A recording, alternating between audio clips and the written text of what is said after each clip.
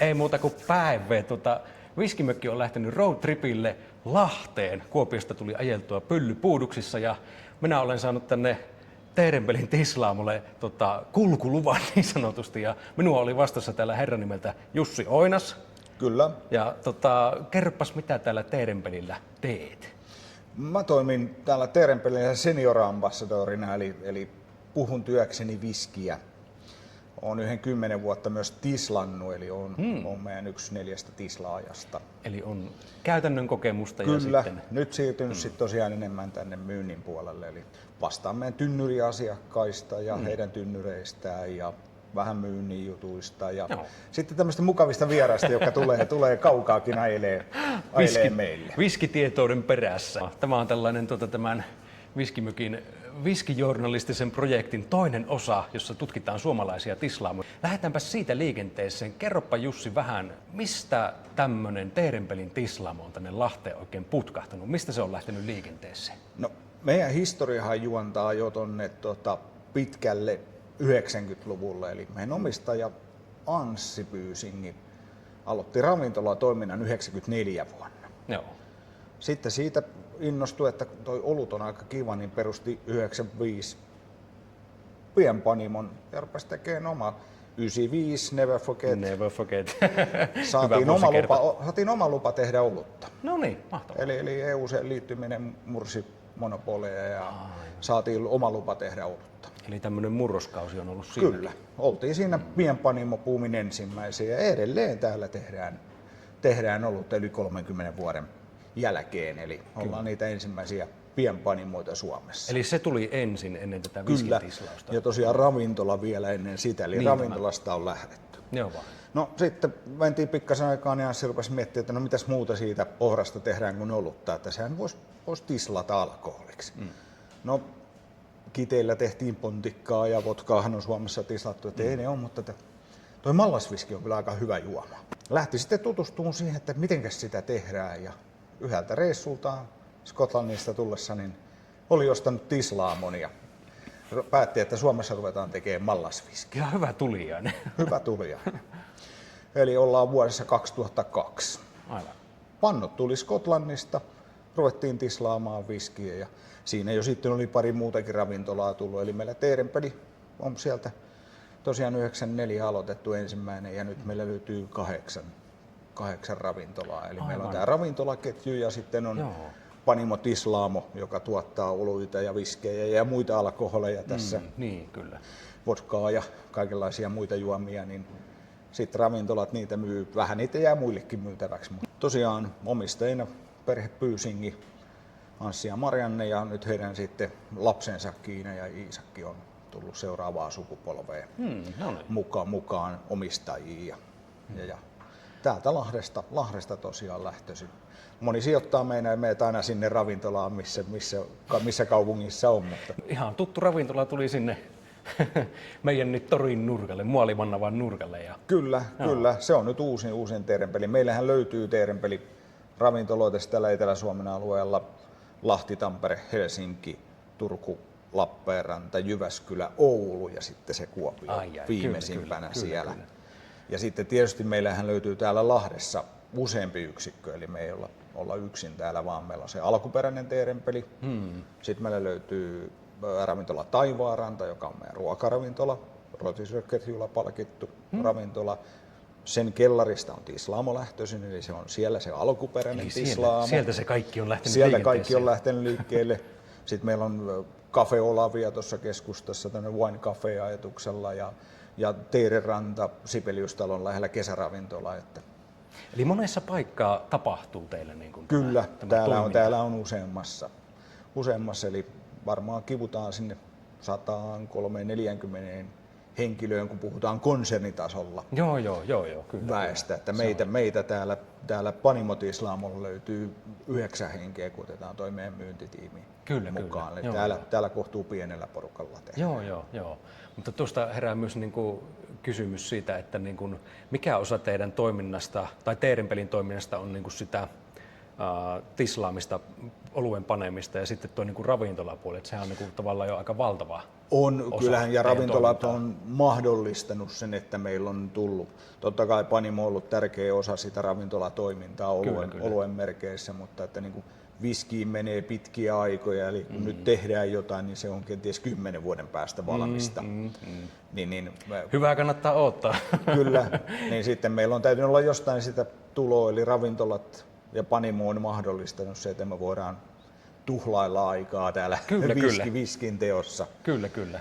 Ja se on niin kuin mahdollista, että tätä nykyään, jos katsotaan muita tislaamoja, niin siellä tehdään joku nopea alkoholi. Puhutaan vodkasta, ginistä.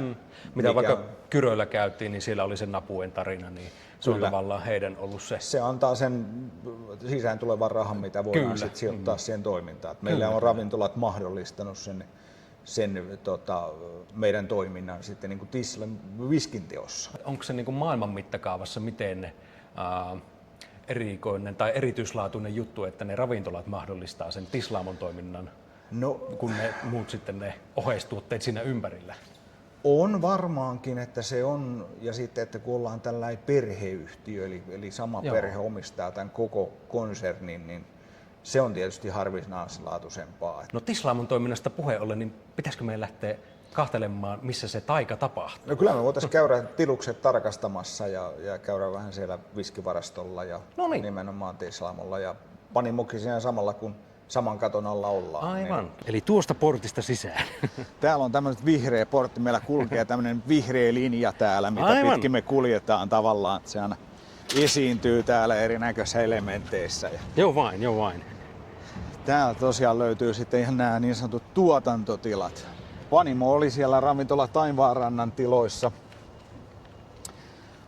vielä 2000 alkupuolelle, sanotaan näin ympäripyöreä. Kyllä.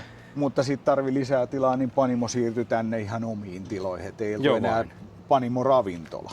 Tänne tuli ensin puolikas halli ja sitten rakennettiin lisätilaa hallia. Ja silloin sitten oltiin sen verran kaukaa viisaita, että varattiin tislaamolle tänne tilat, että kyllä se tislaamokin kasvaa jossain vaiheessa sieltä ravintolatiloista ulos. Ja niinhän se sitten 2015 kävi. Aivan. Eli 2015 vuodesta on tislattu täällä kaikki. Isommissa tiloissa. Kaikki isommissa tiloissa ja sanotaan, että helpommilla logistiikoilla. Meidän kuljetusyhtiön kaverit halusivat aina olla aamulla 7 hakemassa tavarat, koska mehän tukittiin keskusta muuten. Siitähän lahtelaiset suivaantuivat. Kyllä siinä oli aina kauhea polemiikki, että kun Hämeenkatu on kiinni, kun siellä on joku rekka poikittain. Taas ne hakee viskiä. Kyllä, mutta täältä alkaa meidän valmistus. Tehdään sitten olutta tai viskiä myllyhuoneesta. Mallas saapuu pääsääntöisesti tämmöisissä 1000 kilon suursäkeissä. Näyttäisi olevan Pils-mallasta kyseessä ja teksti Raimo kertoo sen, että siellä on semmoinen Raimo-liitin alhaalle kytkettynä. Okei. En muista sen kaverin sukunimeä, mutta etunimi on Raimo ja hän on kehittänyt sen, millä voidaan ottaa osa tuolta säkistä. Ahaa, monella tapaa voi jättää jälkensä niin kuin historiaa. Kyllä, mutta täältä tosiaan... Mistäs mallas tulee tänne? Mallas tulee meille pääsääntöisesti Viikin Maltilta ja sehän on hieno asia, eli Viikin Malttihan on myös lahtelainen perheyhtiö. Aivan, kyllä. Heillä oli mallastamo tuossa kaupungin toisella laidalla Vesijärven rannassa noin 5 kilometrin päässä, mutta nyt he sitten teki isomman investoinnin ja rakensi uuden tehtaan tuohon 2 kilometrin päähän. Eli tulivat lähemmäs meitä. Niin, ja kyllä. Siinä on isot tehtaat Viikin Malt-yhtiöille, eli Lahden Polttimo on se alkuperäinen nimi. Viljelijät 150 kilometriä säteellä. He mallastaa. Me tehdään viskiksi ja nyt kun asiakas tulee tänne nauttii, niin hiilijalanjälkihän on pieni. He ei tee savumallasta, koska se on sit heidän tuotannossaan virhemaku. Niinpä niin, kyllä. Heillä on isoja asiakkaita. Koffi, Hartwalli, Vaalea Laagerollut ei kaipaa savua yhtään. Siinä mielessä sitten se voi myös johtua laitteista aina, niin sitä ei tehdä ollenkaan. Viikin Maltilla on Puolassa savuyksikkö.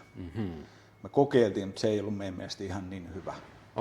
Se mallas meille on tullut sitten Belgiasta Nyt mitä nautitaan, ruvetaan meneen brittimaltaisiin.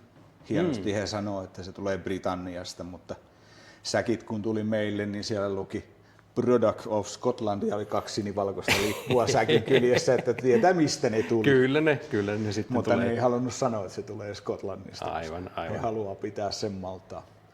Mutta sitten tuli Brexitti, sotki hyvät bisnekset. Ja nyt iloksi me ollaan löydetty tanskalainen Tyy-mallastamo. Jo Me vain. käytetään heidän savumallastaan. Mainiota. Siellä on hyvät savut, tykätään siitä. Ja Siis sillä on nyt ajettu sitten koeversioita. Tein juuri siis videon viime viikolla tuosta Tyyn siitä pyökkisavustetusta. Noniin. Se oli mainio viski. Kyllä, me käytetään heidän niin kuin turvesavusta. No niin, Eli näin. nyt sitten 10 vuoden päästä tulevat savut on sitä Tanskan mallasta. Eli Aivan. hinattu koko ajan lähemmäs Pikkuhiljaa. sitä, että totta kai jos me löydettäisiin Suomesta toimitsija, joka tekisi savumallasta, niin ehdottomasti lähdettäisiin keskustelemaan ja päästäisikö bisnekseen. Joo. Kyllä me haluttaisiin se kotimainen mallas, mutta kun sitä ei kukaan tee. Se on kiva, että on myös tämmöistä pohjoismaista yhteistyötä. Että Kyllä, niin just... ehdottomasti, jos tässä olisi me omistaja Anssi, niin hän voisi kertoa tästä pohjoismaisesta viskiajatuksesta. Kyllä, Nordic Whisky. Nordic Whisky Regionista, se on hänen juttuja ja hän on siinä vahvasti mukana. Kyllä. Mutta mallas lähtee täältä tosiaan koko jyvänä, rouhitaan myllyllä ensin ja eräkoko meillä on semmoinen 700 kiloa mallasta per erä. Kyllä. Täällä laitteesta hienosti myllään sen ja rouhe odottelee täällä sitten myllytyksen jälkeen sitä, että meidän mäskäämö sitten haluaa sen. Täältä se siirtyy sitten ketjukuljettimella eteenpäin tonne mäskäyshuoneeseen ja tänne meidän mäskäyslaitteistoon. Tiellähän niitä kattiloita näkyy oleva. Täältä löytyy jo meidän keittohuone. Meillä on saksalainen Kaspar Sulzin tekemä mäskäysyksikkö. Tämä on 3000 litraa vetosuudeltaan. Joo. Pääsääntöisesti oluen tekemiseen suunniteltu laite, mutta me on sitten taivutettu se myös tuohon viskin tekemiseen. Kyllä. Eli jaetaan Panimon kanssa tämä mäskäyslaitteisto. Periaatteessa täydessä vauhdissa, että Panimolla on 3 päivää ja meillä 2 päivää viikossa. Joo. Ollaan täydessä vauhdissa. Mutta sehän on näppärää, kun ne kuitenkin ovat niin lähellä toisiaan sitten ne. Kyllä. Ja me saadaan täältä erinomaisesti se viski vieressä samalla lailla kuin sitten oluessa. Kyllä. Oluessa tosiaan sitä keitellään, mutta meillä riittää se kuuma vesi mäskäys ja meidän ei tarvitse keittää viskivierettä, vaan meillä on riittävät sokerit saadaan suoraan mäskäyksestä. No niin, joo. Ja täydessä vauhdissa kun ajetaan, niin me saadaan 4 mäskäystä per päivä sitten ajettua sille. Panimo pääsee 2, kun heidän täytyy myös keittää sitä välissä. Joo vain.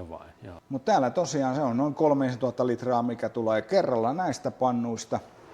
Ja täältä sitten päivän työn jälkeen se ajautuu tänne Tislaamon käymisastioihin, jotka löytyy täältä meidän vierestä. Aivan.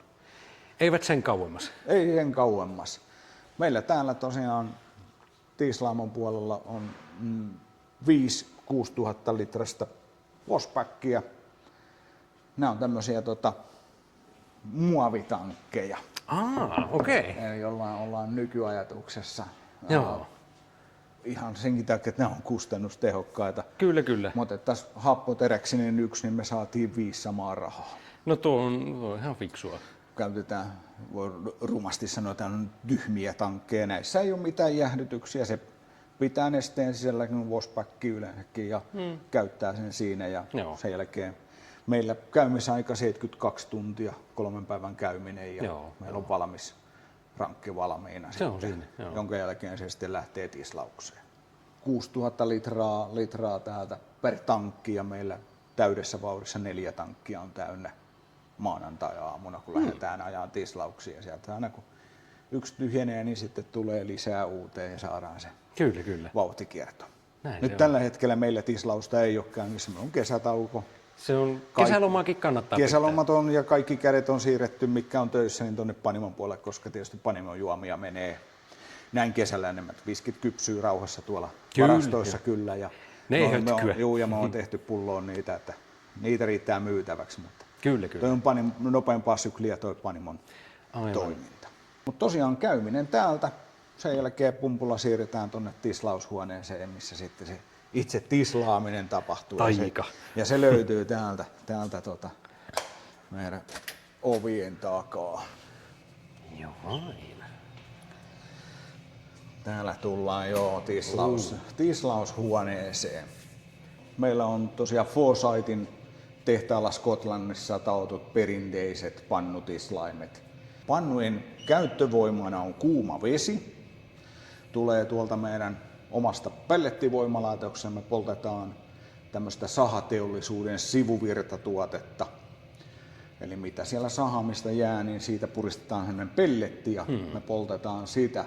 Saadaan sieltä energiaa ja sitten se täältä kuuman veden muodossa tulee tänne tislaamolle lämmönvaihtajiin ja saadaan sitten pumpulla kierrätettyä sisusta, eli siirretään se lämpö tällä näissä vaihtajissa ja sillä saadaan sitten nämä toimimaan. Aivan, kyllä, kyllä. Ja meillä tosiaan täällä Wostillit on ensimmäinen, pannu on 3000 litrainen ja sillä on 2 900 litrasta spirittiä kaverina. Kyllä, kyllä. Perinteiseen tapaan tislataan 2 kertaa, niin kuin Skotlannissa tislataan. 3 pannua on sen takia, että siellä Taivaanrannan kellarissa tuo Vossin koko on 1500 litraa, eli se on puolet pienempi. Ja se ruokkii yhtä spirittiä. Nyt kun me tänne tultiin ja haluttiin suurentaa sitä tuotantoa, niin me uskallettiin toi Vossi kasvattaa tuplakokoiseksi, mutta ei uskallettu koskea spiritin mittasuhteisiin. Aivan. Nyt jos me olisi kasvatettu sekin suuremmaksi, niin kaulan pituus olisi esimerkiksi kasvanut, jolloin se tisleen luonne olisi muuttunut. Kyllä. No, ratkaisuna on ottaa identtiset kaksoset tähän ja tehdä 2 pannua, eli 1 Vossi ruokkiikin sitten 2 spirit-pannua. Eli saadaan toi pannun muotokieli pysyy samana, mittasuhteet samana, kaulan kulmat, jäähdyttäjän koot, kaikki tämmöiset. Kyllä, kyllä. Joo, ei rupea tulemaan erilaatuista tislettä Kyllä, sitten. hyvin lähelle päästään sitä alkuperäistä tislaa. Ja onko näistä jompikumpi alkuperäinen sieltä? Ei. Alkuperäiset pannut on erilleen Taivaanrannan kellarissa ja ne voisi ottaa käyttöön, jos tarvitaan. Ja meidän ginia on esimerkiksi käyty siellä tislaamassa. Okei. Tarvitaan vaan se spirittipannu siihen. Joo. Siellä käyttövoimana on sähkö, eli siellä on tommoset Steamratorin höyryn kehittimet, jotka toimii sähköllä, niin sähkö on aika kallista. Täytyy aina yöllä tislata. Kyllä. Halpaa pörssisähkö. Kyllä, pörssisähköllä, niin se on. Ja ei tammikuun pakkasilla missään. Kyllä, näin on. Tänne on nyt siirretty kaikki kädet niin sanotusti ja tuotanto pyörii täällä. Joo, ne on kommet kyllä. Kyllä. Käydään katsomassa ihmeessä vähän lähempää täältä pannuja. Eli tislausprosessi menee, että se rankki pumpataan tänne ekaan pannuun, kuumennetaan niin paljon, että se lähtee höyrystyy ja täältä sitten se kaulan kautta kuuma höyry menee tonne jäähdytyspilareihin ja siellä sitten saadaan höyry takas nesteeksi ja täällä Spirit Safeissä se kerätään talteen. Tosiaan ekasta pannusta saadaan noin 20% alkoholi. Sitä kun meillä on varastosäiliössä riittävästi, pumpataan se näihin 2 pienempään tislaimeen ja sieltä sitten saman prosessin jälkeen niin vahvuus on noin 68%. Jo vain. Ja se on sitten tynnyrivahvuus tai tynnyröintivahvuus on teillä? Meillä tynnyröintivahvuus on 63,5, joka on se perinteinen skottivahvuus. Me ei ole sitä lähdetty vielä kiistämään. Kyllä. Että joku sitten sanoo, että me tehdään sitä perinteistä single malttia, niin kenties me ajatusmaailmassa nojataan tosi paljon siihen perinteiseen mallasviskin tekemiseen. Ja käytetään niitä samoja ajatuksia ja periaatteita. Kyllä. Niin ei ole sitten lähdetty sen kanssa voisi sitten tietysti kikkailla, mutta on ajateltu, että tehdään ensin perustyö kunnolla ja sitten kikkaillaan vasta vähän myöhemmin. Se on ihan viisasta, että saa ensin pohjan kuntoon, niin Kyllä. Ja tässä on monta, me on pystytty vielä nyt niillä tynnyreillä leikkiin ja saadaan erilaisia lopputuloksia. Niillähän saa paljon aikaa. Että pidetään tavallaan se runko vielä samana ja tislaaminen menee joka kerta suht samalla lailla. Totta kai riippuen päivästä. Jokainen tislaus on aina yksilö, mutta aika hyvin me on saatu vakioitua se tekeminen, eli täältä saadaan tietty määrä määrä aikaiseksi per erä, kun se tehdään. Kyllä, kyllä. Ja täällä tosiaan tislaaja sitten vielä Spirit Safeissä sen katsoo sen tisle, että se on kunnossa ja sieltä niin sanotusti leikataan se sydäntisle sinne talteen. Eli ei päitä eikä häntiä. Ei päätä eikä häntää. Niin Abban mainoksessa aikanaan, niin täältä saadaan se paras sydäntisle, joka sitten päätyy sinne tynnyröitäväksi. Joo. Ja sen tislaaja täällä sitten mekaanisesti erottaa, eli meillä mitataan ominaispainoa ja lämmön mittarin lukeman mukaan pystyy laskemaan sitten sen vahvuuden ja meidän reseptin mukaisesti toteutetaan se. Kyllä. Et kyllä me nykyään päästä jo kellosta katsotaan, rupeaa olemaan aika, mutta kyllä se joka tislaus mitataan aina tuossa safeissä ja saadaan sieltä sitten varmasti oikea tisle.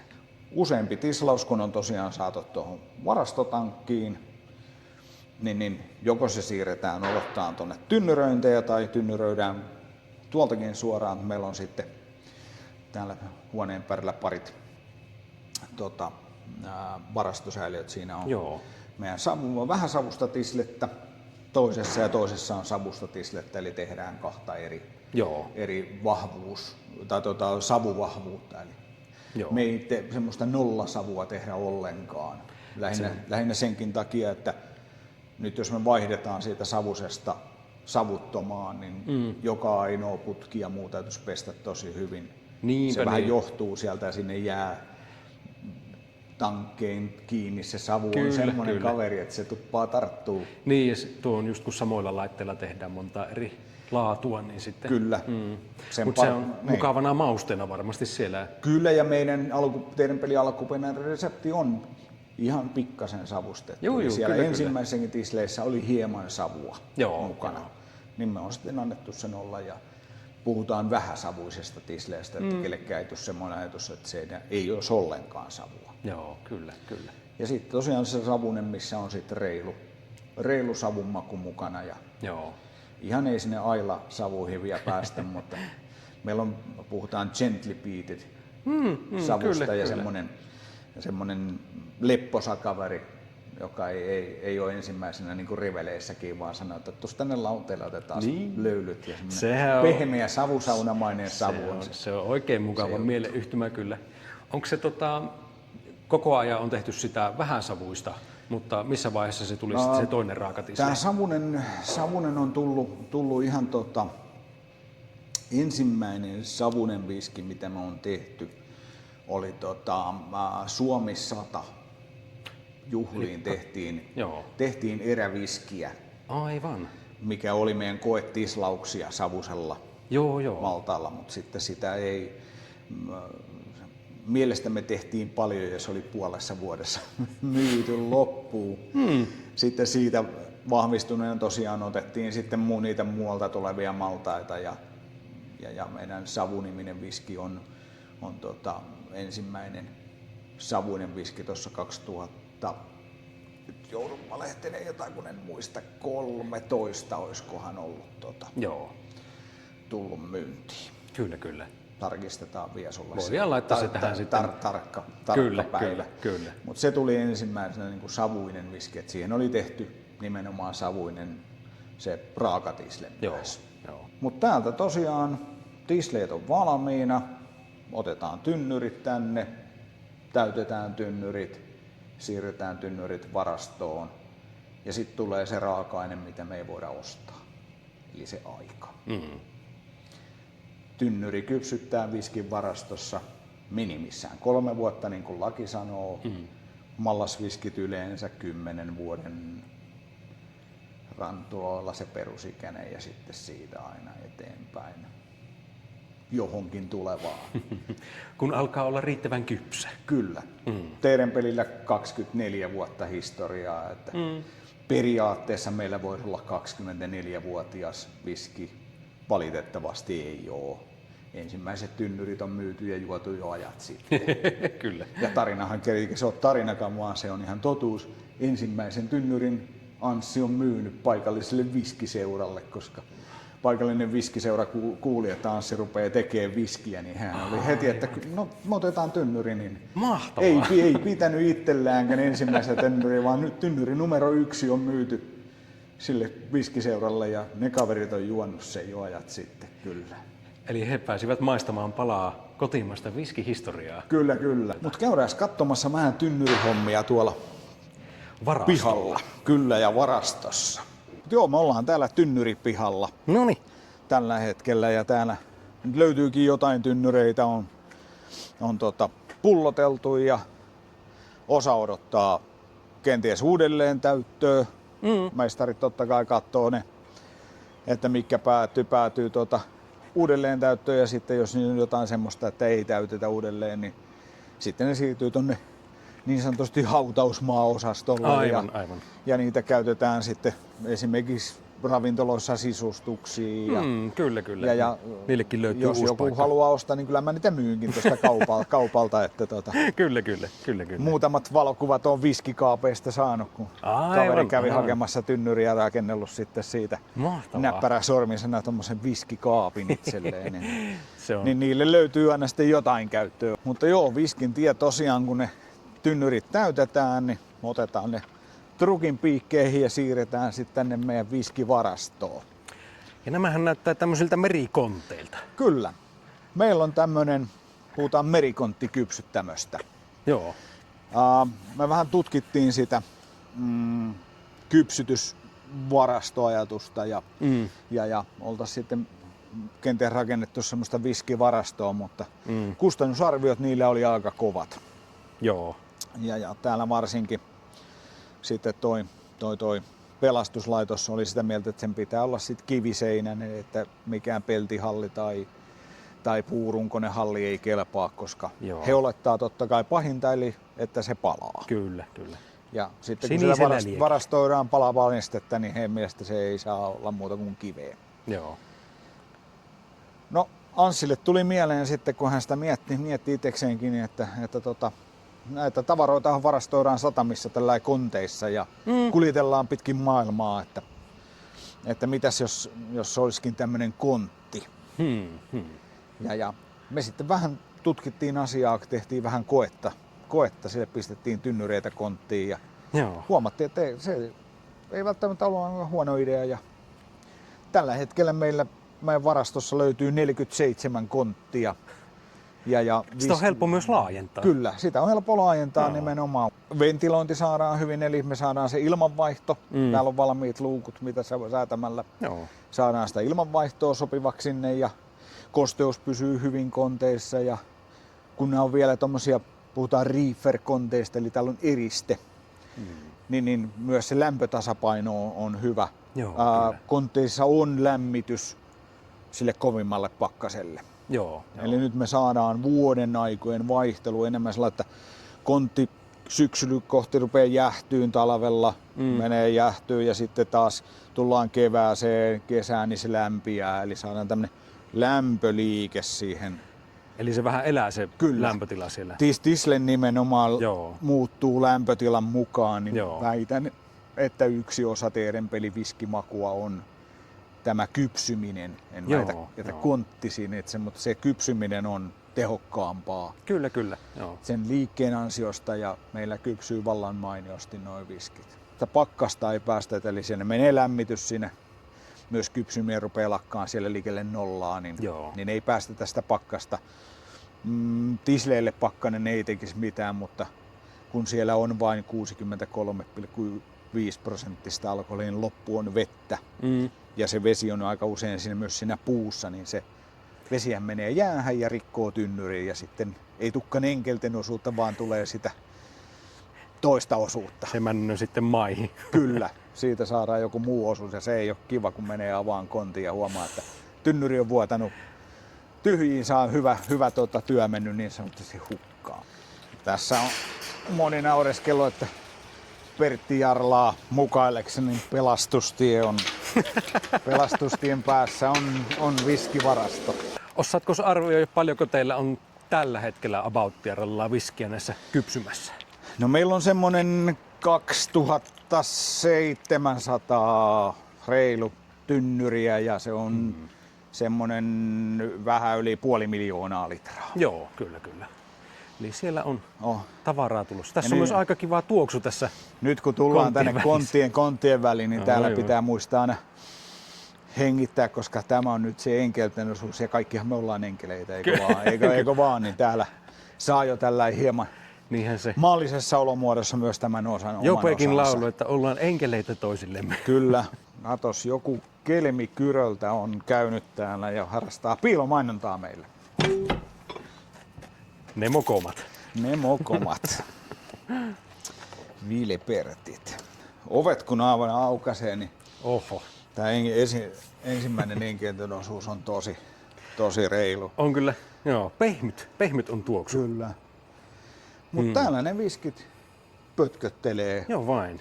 Jossakin lukee, että whisky sleeps, eli nukkuu. Ja täällähän se sitten nukkuu. Me välillä aina häiritään niitä vähän. Kyllä. Näin vierailun merkeistä tai muuta. Emme ole pahoilla asioilla ollenkaan. Ei ollenkaan. Olkaa rauhassa. Mutta joo, kahdella rivillä ja kahdella kerroksella mennään. Ja yleensä pakataan kontti tällä, että siinä on toisella puolella Amerikan tynnyreitä ja toisella puolella Sherry-tynnyreitä. Tässä tapauksessa näyttäisi olevan Oloroso Sherry-tynnyreitä. Koitetaan vierailla totta kai näissä säännöllisen väliajoin, että käydään tarkkailemassa. Enemmän se on sitä, että kun tullaan tuotantovaiheessa siihen, että me tehdään se tuote, niin ollaan katsottu kirjanpidosta ensin oikeat tynnyrit, missä varastossa ne löytyy. Siinäkin on varmaan melkoinen Excel-tehtävä. Kyllä, siinä on ihan reilu. Jaakolla on aikamoinen. Tietää kuka on kumollaan missäkin. Kyllä. Ja toivotaan ainakin, että silloin kuka on ollut tankkausvuorossa, niin se nuorin tynnyri on totta kai tuolla perällä ja alimmaisena ja vanhin tynnyri on tässä ovella ensimmäisenä. Pitää muistaa pakata sillä, että ei pistetä aina vanhojen päälle, vaan sen pitää muistaa pyöräyttää ensin tankatessa. Kyllä.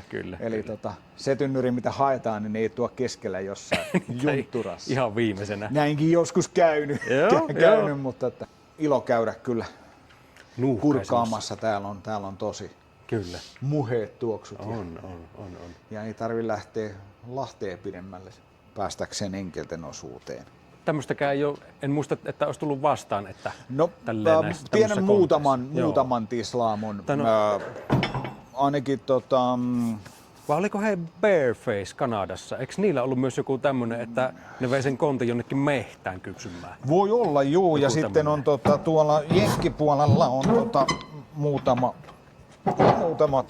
bourbon tislaamon, nyt en saa päähäni nimeä. Joo. Ja olisikohan Lowlandin puolella joku pieni tislaamo on tehnyt kanssa. Kyllä. Täältä perältä on lähdetty ekalla kontilla, että nämä on sitten laajentunut pikkuhiljaa. Joo. Meidän varasto ja nyt mennään vitospalikkaa niin sanotusti tässä vaiheessa. Kyllä niin, täällä passoo kypsyä. Täällä saa olla rauhassa kyllä ihan, että täällä ei ole muuta kuin jäniksiä ja kettuja välillä juoksee täällä välissä. Ja hyö ei ole viskin perään. No ei ole vaan viskin perään, että enemmän kenties hakee suojaa tuolta. Joo, kyllä. Tuolta alta, että siellä on hyvä pitää majaa, jos niikseen käy. Varastohan on kypsyttänyt nyt sitten viskin siellä valmiiksi ja mestari on valikoinut sopivat tynnyrit. Sen mukaan mitä halutaan tehdä, niin tynnyrithän palaa tänne tislaamolle sitten sekoitukseen, suodatukseen ja pullotukseen. Ja tosiaan täällä meillä näyttäisikin olevan sekoitusastiossa, no ei ole kyllä enää, koska luukku on auki. 10-vuotias on valmistunut täältä, eli otetaan tynnyrit, tyhjennetään tynnyrit varastoon, mitataan totta kai määrät, mitataan vahvuus, vesi tasataan se oikeaan vahvuuteen reseptin mukaisesti, mitä tuotetta tehdään. Sen jälkeen tehdään sille karkea suodatus, eli halutaan se, mitä tynnyristä lähtee irti, Amerikan tynnyristä sitä hiilipölyä ja tämmöisiä, niin ei haluta, että ne päätyy pulloon, niin ne suodatetaan ja sen jälkeen sitten tänne tankkeihin odotteleen pullotusta. Sitten kun on pullotuspäivä, otetaan pullotuskone ja vuorossa oleva tislaaja sitten pistää kädet liikkeelle ja pistää viskin pulloon ja sitten se lähtee vielä tästä pakkaukseen ja etiketöintiin. Sekoitusastioissa on jotain ja meillä valmistankeessa täällä näyttäisi olevan kulolänkeä ja 10-vuotiaista. Siinä on tämän vuoden ensimmäinen erä. 688 litraa löytyy 10-vuotiaasta siinä. Joo. Halutaan olla myös ekologisia ja semmoista, en tiedä, vihreä ajatus, mutta semmoinen, että jätetään jälkeemme vähän jotain muutakin kuin sitä roskaa, niin me totta kai kierrätetään myös asioita. Niin tässä on meidän pienen panimon käymisaste, ne on 1000 litran käymisaste ja nyt kun on 6000 litrasia nykyään tarvitaan enemmän, mutta hyvät tankit, niin ei me niitä hukkaan ole heitetty, ne on täällä varastosäilynnössä.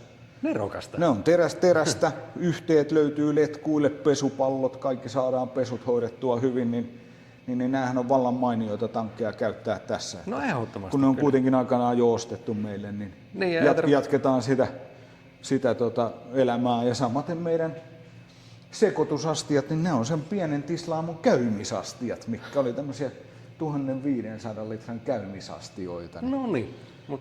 Mutta se on kierrätetty käyttöön. Sehän on kyllä, käypää tavaraa. Hyvää terästä, ei se anna mitään makua. Niin. Ei pelkästään niin kierrätysajattelua, mutta myös silleen niin säästää rahaa. Kyllä, ihan taloudellisesti. Kyllä. Hyviä asioita voi käyttää moneen asiaan.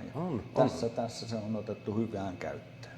Vielä tässä kätevästi, kun tullaan tislaamaan tänne, on nostettukin meidän pullotuslaite. Noniin. Meillä on samanlainen laite noiden Kyrönpoikien kanssa. Niillä on ihan sama pullotuskone. Joo. He olikin itse asiassa meillä tuossa vierailulla, niin vähän puhuttiin, että pitäisikö ottaa kilpailu, että kenellä on kovin pullottaja. Pistetään koneet rinnakkain ja sitten otetaan aikaa, että kuinka monta pulloa tulee. Katsotaan, saadaanko semmoinen liikkimielinen kisa heidän kanssaan. Sehän olisi hauska. Aikaiseksi siinä olisi hauska. Kyllä. Viskin pullotuksen Suomen mestaruuskisat. Kyllä, mutta käsin tosiaan pullo koneeseen, se antaa puoli litraa ja sen jälkeen korkki päälle ja pullo lavalle ja toistetaan. Joo. Hyvään tahtiin. En tiedä, että miten ne alkaa Kyröllä olla vieraantuneita siitä käsityöstä, kun siellä on sitten se koneellinen pullotus on jo. Käytiin katsomassa sitäkin, niin kyllä siellä se on vähän toisenlaista masinaa. Mutta käydäänkö kurkkimassa panimon puolta? Voidaan käydä. Tässä. Joo, ehdottomasti. Niin. Sehän on olennainen osa teidän toimintaa. Kyllä. Niin. Panimolla ollaan myös täällä saman katon alla, niin alkuvalmistushan tapahtuu tosiaan täällä Mäskäämössä, mutta sitten se loppuosahan on omalla tilalla ja joudutaan menee tänne seinän toiselle puolelle. Täältä löytyykin meidän käymisastia. Ja täällä löytyy itse asiassa tislaaja Henri. Saako sinua kuvata? Yllätettiinkö sinut vähän tässä niinku housut kintuista? Housut oli, niin.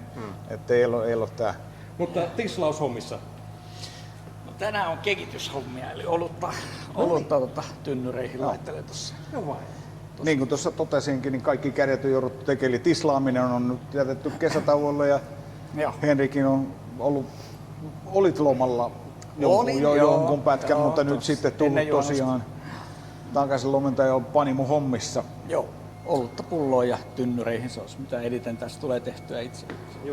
Joo. Apauttiedalla montako eri oluttyyppiä täällä? Kato, siis meille tuotannossa varmaan puhutaan 20 erilaista olutta. Kaikkihan ei mene pulloon. Pääosa myydään niin sanotusti kegissä, eli ravintolamyynnissä ja irtohanassa. Ja. Ei mene tavara viemäriin.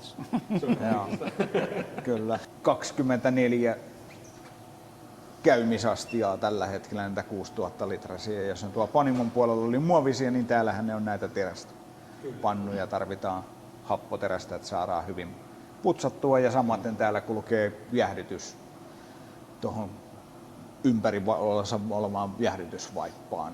Saadaan säädeltyä lämpötilaa. Olut ja viski on kuitenkin sukulaissieluja keskenään, niin miten nämä teidän oluet vaikuttaa? Onko ne vaikuttanut teidän viskeihin jollain lailla tai siihen ajatteluun, että miten te teette viskiä tai toisinpäin? Onko viski sitten vaikuttanut teidän oluksiin jollain lailla? No varmaan tossa hyvä ehkä esimerkki. enemmän se viski on vaikuttanut olueeseen. Joo. Olutta on tehty ensin ja se nojaa niihin perinteisiin tyyleihin, laagerit, eilit, vehnäoluet, mausteiset oluet, kaikki tämmöiset. Mutta sitten viski on vaikuttanut siihen, että me kypsytetään myös olutta viskitynnyreissä. Ja sehän meillä löytyy täältä. Eli täälläkin nyt seuraava erä on kypsymässä. Nyt en tiedä mitä toi meidän olutmestari on sinne laittanut, mutta me on tehty. Tällä hetkellä myynnissä löytyy meidän Imperial Stout, jota on jatkokypsytetty sit viskitynnyrissä. Meillä on ollut barley winea on kokeiltu kypsyttää. Meillä on ollut ihan sitä varten luotu tämmönen VBA eli Whisky Barrel Age tyylinen viski, joka oli tuollainen Scottish Ale tyylinen olut nimenomaan sitä tynnyrikypsytystä varten. Ja tämmöisiä näet. Ehkä se viski on vaikuttanut enemmän tähän. No on se sitten vaikuttanut sinne viskiin tää olut. Totta kai kun saman katon alla, niin mehän on otettu nämä tynnyrit takaisin tislaamon puolelle ja kypsytetty sitten viskiä siinä oluttynnyrissä. Eli meiltä löytyy Alkossa barley wine kypsytetty viski. Eli takaisinpäin. Kyllä. Tämmöisiä kiertää. pieni pyörii niin sanotusti siinä. Kyllä. Ja samalla laitteistollahan me keitetään niin kuin molemmat. Niin, että tavallaan Kyllä. niillä on tämmöisiä vaikutuksia. Kurkitaan tonne, päästetään Henkka jatkaa pesuja. Kiitos. Hyvä, kiitos Henkka. Kiitos. Joo, täällä sitten tämä meidän pakkausyksikkö. Eli tosiaan joko tuohon astiaan tai sitten pulloon. Ja tänään on ollut Henrillä toi kekin täyttö, eli on täytetty ravintoloita varten olutta taas myyntiin. Kyllä. Pakataan täällä ja sitten ne täältä siirtyy tuonne valmisvarastoon ja lähetetään. Tai sitten jos pullo menee, niin pullot lähtee täältä ensin etiketöintikoneeseen, sen jälkeen sisäpesu, täyttö, korkki ja pakataan toi tommonen. Joo vain. Puhutaan myksistä eli myyntiyksiköstä, niin meillä on noin 16 pullon paketteja. Tää on 2 operaattorin ajettava laite ja semmonen 1600 pulloa tunti suurin piirtein. Kun nätisti puhuu tälle laitteelle, niin sitten kaikki menee hienosti. Tää on aina... Olen kuullut, että näissä on henkimaailman hommia Kyllä, jonkun verran välillä. nämä on kaikki vähän semmosia, että näille pitää muistaa olla kiva. Että Joo, kyllä. ei saa ilkeillä. Se on hyvä homma elämässä muutenkin. Ehdottomasti kaikille pitäisi olla mukavaa. Just näin. Ja täältä tuleekin vastaan meidän olutmestari Jere Rapo. Jaha, kävimme juuri työmaallasi. No niin, tänään oli huoltopäivä. Sulla on huoltopäivä, niin mä ajattelin, että ei tuoksu yhtään mallas, niin tänään on ollut huoltopäivä ja sitten taas keitellään. Huomenna keitellään. No niin, näin ne päivät menee. Näin ne päivät tärväytyy. Kyllä. Ai, tämmönen kävelykierros on käyty tuolla nyt. Joo, tilukset on nähty. Siellä, missä se taika tapahtuu, mutta haluan vielä Jussi sinun kanssa istattaa tähän alas ja puhua pikkusen ehkä Teerenpelin viskistä, kotimaisesta viskikulttuurista ja myös ehkä niistä sinun omista viskimieltymyksistäsi, koska ne on aina kiinnostavia kuulla niin kuin alan tekijöitä, että mitäs niistä viskeistä ajatellaan. Kiinnostaisi kuulla, niin kun olette noin pitkään Suomen mittakaavassa ollut alalla toiminnassa, niin minkälainen alkoholikulttuuri se oli, mihin ne ensimmäiset teidän mallasviskit niin kuin tuli ja minkälainen niiden vastaanotto silloin oli ja ehkä vähän siitä, että miten se onko se muuttunut jotenkin tähän päivään se vastaanotto ja se alkoholin kulutuskulttuuri ihmisillä? Kyllä se muuttunut on. Silloin 2000-luvun alussa niin mallasviski nyt ei välttämättä ollut ehkä semmoinen, se oli nostamassa sitä päätään. Itse olen valmistunut ravintolakoulusta silloin.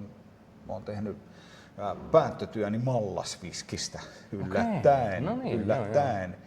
Niin se nosti päätä, että Teerenpelinkin oli rakennettu silloin, meille tuli, mä olin töissä Teerenpelin ravintoloissa silloin, ekaa reissua Teerenpelissä, niin tehtiin tämmöinen laajennus, niin sinne tuli viskibaari, mihin keräiltiin kaikenlaisia erilaisia viskejä. Ei me niistä nyt ihan mahtavia tiedetty, mutta into oli kova. Se viskikulttuuri varmaan nosti päätään silloin Suomessa ja rupesi tuleen. Aikaisemmin viskiä oli, sitähän oli se Johnny Walker ja Ballantynes ja sitten Labroikki. Tai Lagavulin. Ja Kyllä. Ne oli viskivalikoima, oli se baari kuin baari. Joo. Mutta sitten niitä rupesi tulemaan niitä mallasviskejä ja sitten rupesi tulemaan porukkaa, joka kiinnostui siitä. Että se heräili siinä ja varmaan se Teerenpelinkin historia on siihen tullut sitten kätevästi, että kyllä olen kuullut tarinoita, että ne ensimmäiset viskit oli ihan kamalia. Mä en ollut silloin Teerenpelissä töissä sitä vaihetta, kun ne ekat on tullut. Että mä oon ollut muualla töissä silloin, mutta Peset kätesi niistä. pesin käteni niistä. Voin kuvitella, että ne 3 vuotta tynnyrissä kypsyneet tisleet ei ollut Ei ollut vielä ihan kypsiä. Kyllä. Voin kuvitella sen ajatuksen, että mutta moni on sanonut, tai Anssi itse silloin sanoi, että ei hänkään tiennyt, kun lähdettiin tekemään, että tuleeko tästä mitä. Joo. Et se oli vähän kuin hyppy tuolta isosta mäestä ja siellä on kauhea sumu siellä montun pohjalla, että sä et näe pohjaa ja hypätään sinne sumuun. Mutta että kun ensimmäinen tynnyri avattiin 3-vuotiaana silloin 2005, niin sanoin, että hän tiesi, että no viskiä tästä tulee. Joo, kyllä. En mä tiedä, tuleeko tästä vielä hyvää viskiä, mutta viskiä tulee. Kyllä. Jonkunlainen Eli oli se usko tulevaisuuteen. usko tulevaisuuteen ja se, että semmoinen kivi vierähti sydämeltä. Että kyllä me ollaan ihan oikealla suunnalla, että nyt vaan täytyy uskaltaa tehdä ja Anssi on itse kertonut, että häntä oli neuvottu tällä nyt viskiä rupeaa tekemään. Se on hölmön miehen hommaa, että kyllä saat rahoillesi parempaakin tuotantoa. Eli asenne oli ehkä myös niin kuin tommonen, että ja kannattaako lähteä tuommoiseen revohkaan? Joo, ja bisneksenä, että ei tämä ole hyvä bisnes. Tämä on todella huono bisnes. Niin, että ei kannata lähteä tämmöiseen sijoittaa rahojaan, mutta Joo. Anssilla ehkä se kuulosti haasteelta, että et pysty. Hän on ollut tommonen yrittäjähenkinen kaveri ja aloittanut sen pahimpaan lama-aikaan 94 ravintolan. Voihan sitä jatkaa vaikka Tislaamun puolelle. Kyllä, että sitten tavallaan niin se on kuulostanut haasteelta ja semmoiselta, että kyllä mä tähän pystyn. Tätä tekee muutkin, niin miksi mä en pysty tähän? Kyllä. Viskikulttuuri tosiaan kasvanut tähän päivään ja tänä päiväänhän se on enemmän, kuulen harrastajalta usein sen sanonnan laatua ei määrää ajatuksen viskissä, että nimenomaan haetaan niitä makuja ja haetaan niitä kokemuksia ja kyllä.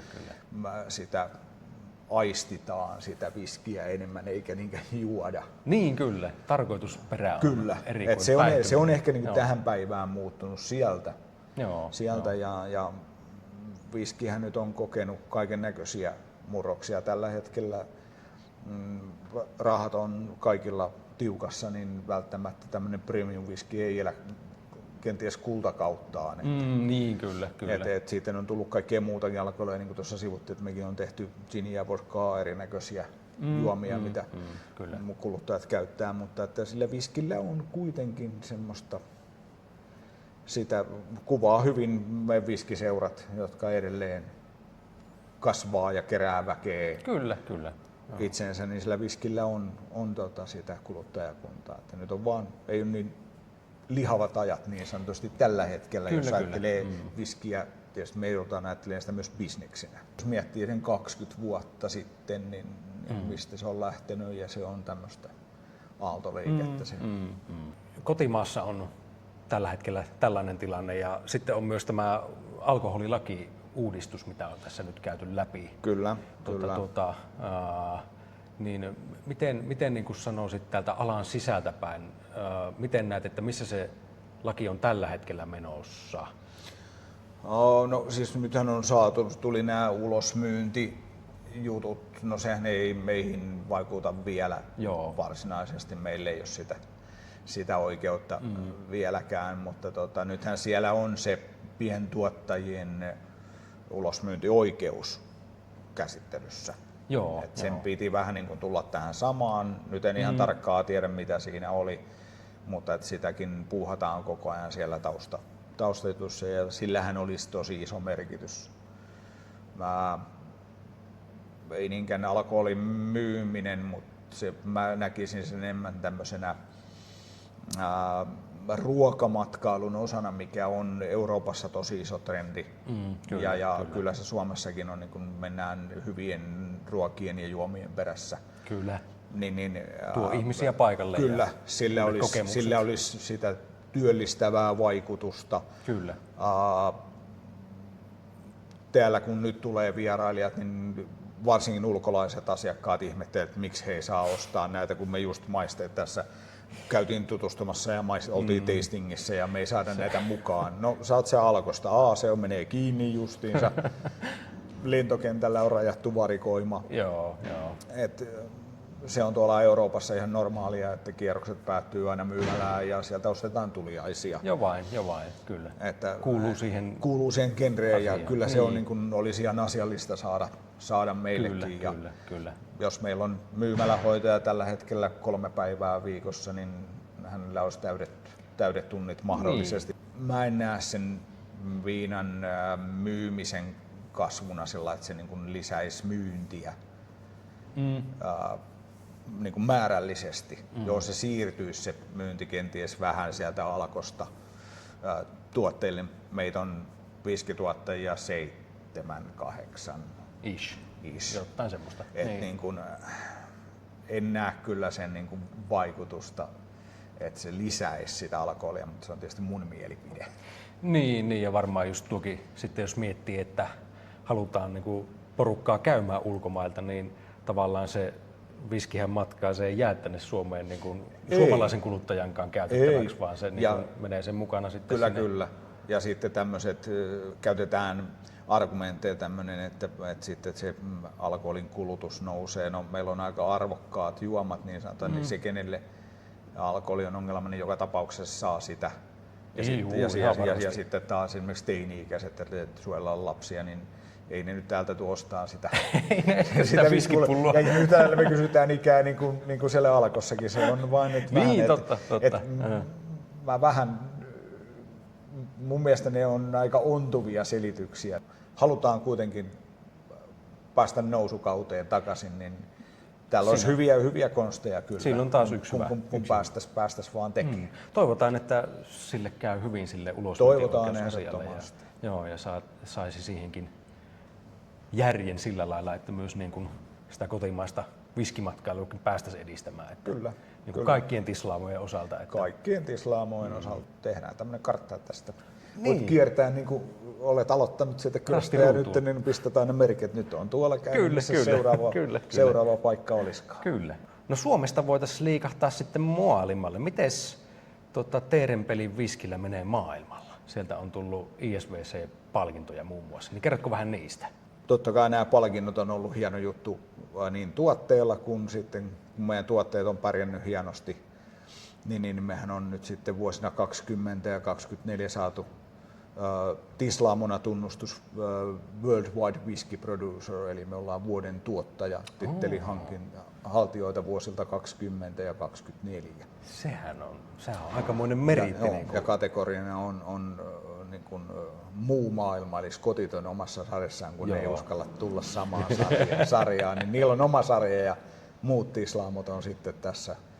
Ja koko muu maapallo, eli meillä oli ympäri maailmaa kilpailijoita, ja tämä on semmoinen kilpailu, mihin me ei voida ilmoittautua, vaan se on kutsuvieras. No niin, kyllä. Eli sitä suuremmalla syyllä ehkä arvokkaampi. Eli juomien pitää pärjätä tietyn tasoisesti sen vuoden kilpailussa, että tämä organisaatio järjestää tämän tuottajakilpailun ja sitten siitä sitten palkitaan. Mutta kyllä kun sinä rupeaa miettimään tuottajamaita, että vaikka jenkit on ihan valtava tuottajamaa niin tuossa, niin sitten että meillä oli Saserakin Tislaamo oli 20 vuonna meitä vastaan ja sitten Larkki Uudesta-Seelannista ja Kavalani Taiwanista. Kavalanissa vierailee 1 miljoona ihmistä vuodessa heidän vierailukeskuksessaan. Kyllä. Oltiin kovassa sarjassa, tosi isot tunnustukset pienelle Tislaamolle Pohjoismaista. Joo. Ja 20 vuoden jälkeen niin meidän vienti 4-kertaistui sen ansiosta. Aivan. No niin. Kyllä se tunnettavuus, meidät tunnetaan maailmalla Siitä se on suomalainen, se on teerenpeli. Joo, kyllä. Et kyllä se on tuonut hyvää julkisuutta. Joo. Ja varmaan ylipäätään koko niin kuin Suomen viskikentälle, ehkä niin kuin maailmalle. Meillähän on tosi moni tislaamo pärjännyt tuotteillaan näissä kilpailuissa muutkin, että ei olla ainoita. Tuottajakilpailussa me ollaan Pohjoismaiden ainoa, kellä on edes yhtään nominationia ja sitten meillä on 2 myös voittoa, että ollaan ainoa, niin se ollaan siitä kyllä tosi ylpeitä. No, joutaa ollakin. Toi meidän omistaja Ansian on nimetty Whisky Hall of Fameen. Nyt 2025 hän sai tunnustuksen sinne, eli työstään whiskin saralla. Eli meitä kyllä niin kuin ala tunnustaa hienosti. Ja nyt sitten viime vuoden IVCS:ssä tosiaan meidän tuotteet jälleen pärjäs tosi hienosti. Et sieltä on kultamitalleja jopa outstanding maininnalla, eli se on tosi iso tunnustus kyllä. Ei tarvitse niin kuin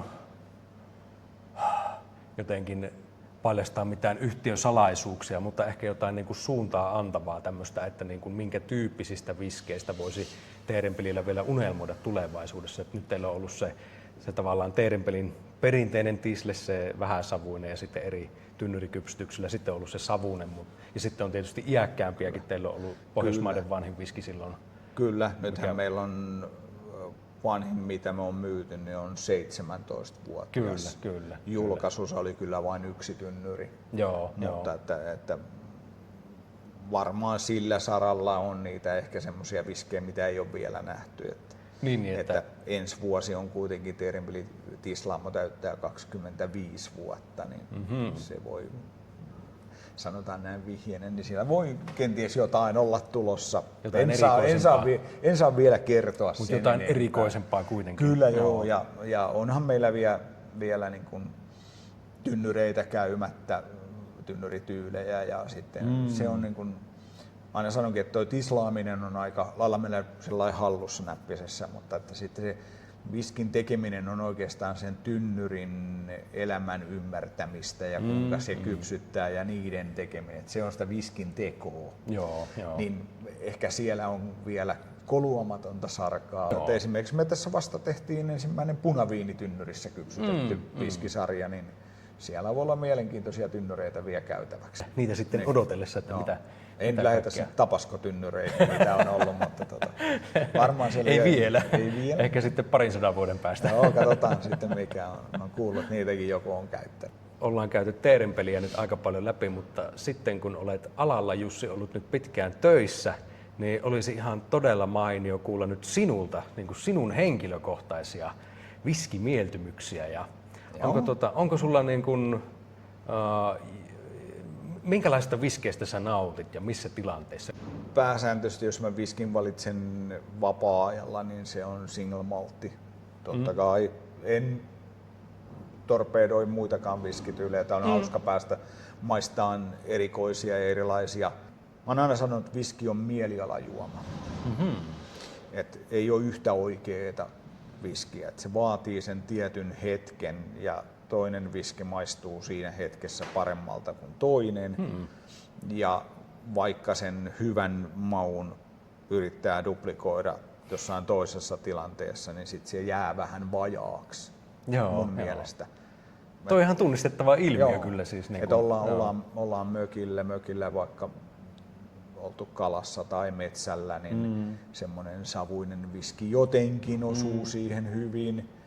Mä nyt tapasin ystäviä kesälomalla, niin maisteltiin yhtä aika kevyttä Amerikan tynnyrikypsytteistä meidän tislaamon tuotetta, niin se vaan siihen kesäiltaan sopi niin tosi hyvin. Joo, jotenkin kyllä. Oli hyviä vanhoja ystäviä ympärillä ja kaverit sanoikin, että sori, tämä menee vähän sun työn piiriin. Mä sanoin, ei mitään, mä voin viskistä puhua, että ei puhuta niinkään teerenpelistä, puhutaan tästä viskistä.